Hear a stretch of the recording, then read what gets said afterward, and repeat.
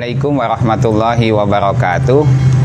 Para pemirsa channel LSG Ar-Rahmah yang berbahagia, alhamdulillah kali ini kita bisa berjumpa lagi dengan tema tentang mengapa Al-Quran itu diturunkan.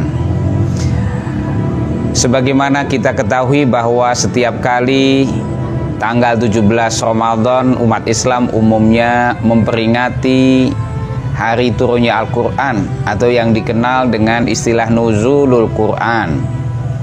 Nuzulul Quran itu dua kosakata yang digabung, artinya turunnya Al-Quran. Nah, turun itu artinya perubahan atau pergeseran dari yang tinggi kepada yang rendah.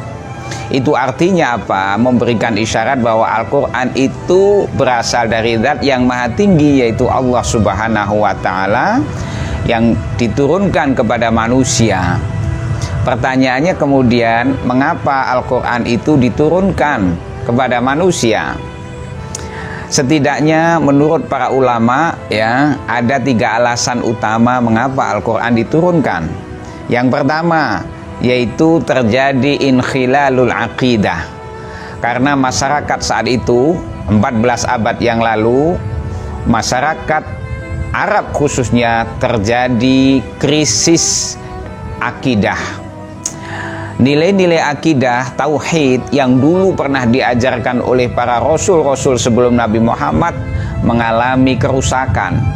Masyarakat Arab tenggelam dalam perbuatan syirik, penyembahan berhala yang mestinya mempertuhankan Allah, tapi mereka justru mempertuhankan patung-patung, gunung, ya, berhala-berhala.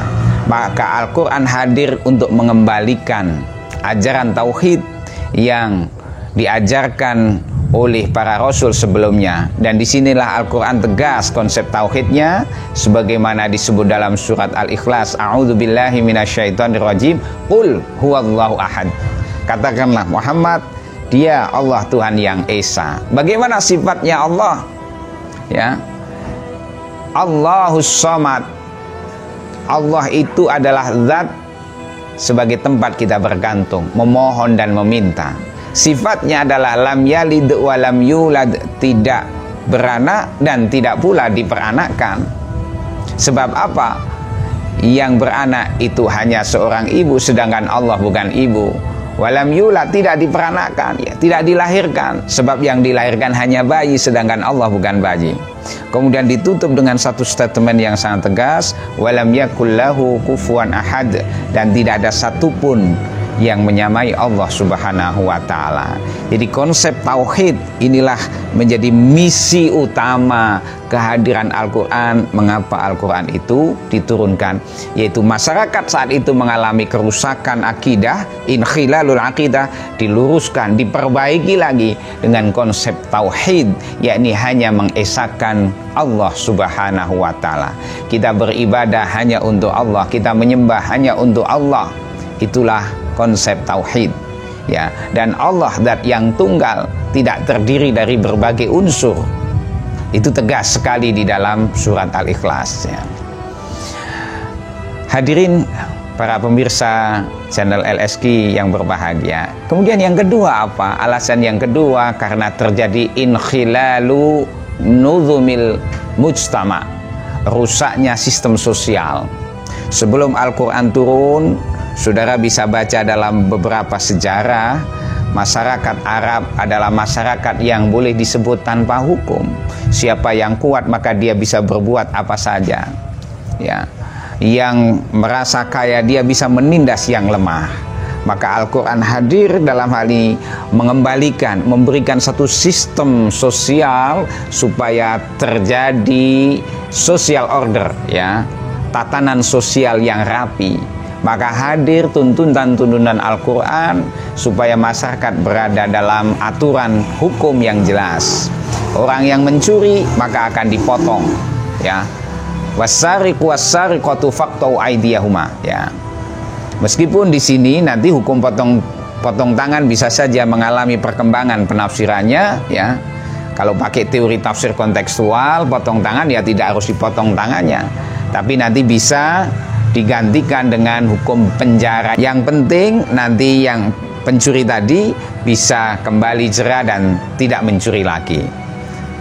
Kemudian yang berzina ada aturan, ya, bisa diranjam, ya, bisa dirajam atau dicambuk, ya, sesuai dengan kondisinya. Kalau dia pezinanya adalah pemuda-pemudi yang belum punya istri, maka dijilid, ya, dicambuk 100 kali, ya. Kalau yang sudah punya istri atau punya suami, maka dia bisa dirajam sampai mati. Tujuannya apa? Supaya memberikan efek jera sehingga sistem sosial bisa tertata rapi, kemudian tidak terjadi perzinahan, ya.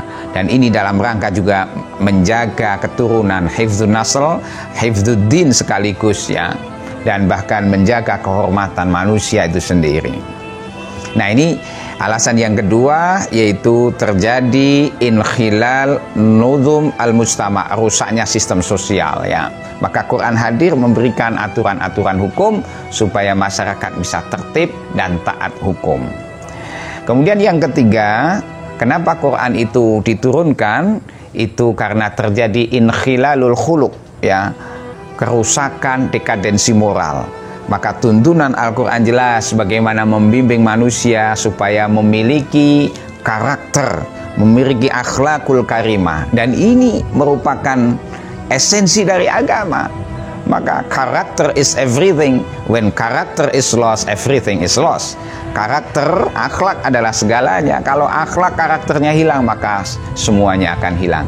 Maka jaga betul ini, ya, kehadiran Al-Quran, ya, memberikan pembelajaran buat kita semuanya supaya kita memiliki karakter yang baik, dan insya Allah dengan begitu maka umat bangsa ini akan bisa mencapai puncak peradaban yang tertinggi.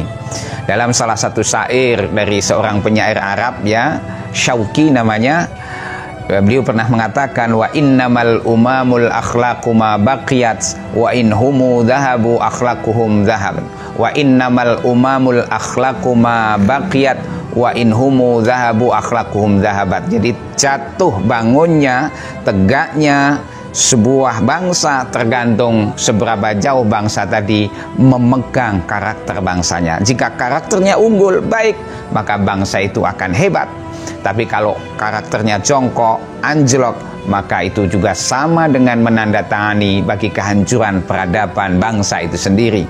Demikian, ya, 3 alasan utama mengapa Al-Quran itu diturunkan, yaitu dalam rangka 1, yaitu mengembalikan, ya, konsep tauhid, ya. Yang kedua, menata tatanan sosial supaya menjadi lebih baik. Dan yang ketiga, meneguhkan kembali akhlak dan karakter manusia. Terima kasih. Assalamualaikum warahmatullahi wabarakatuh.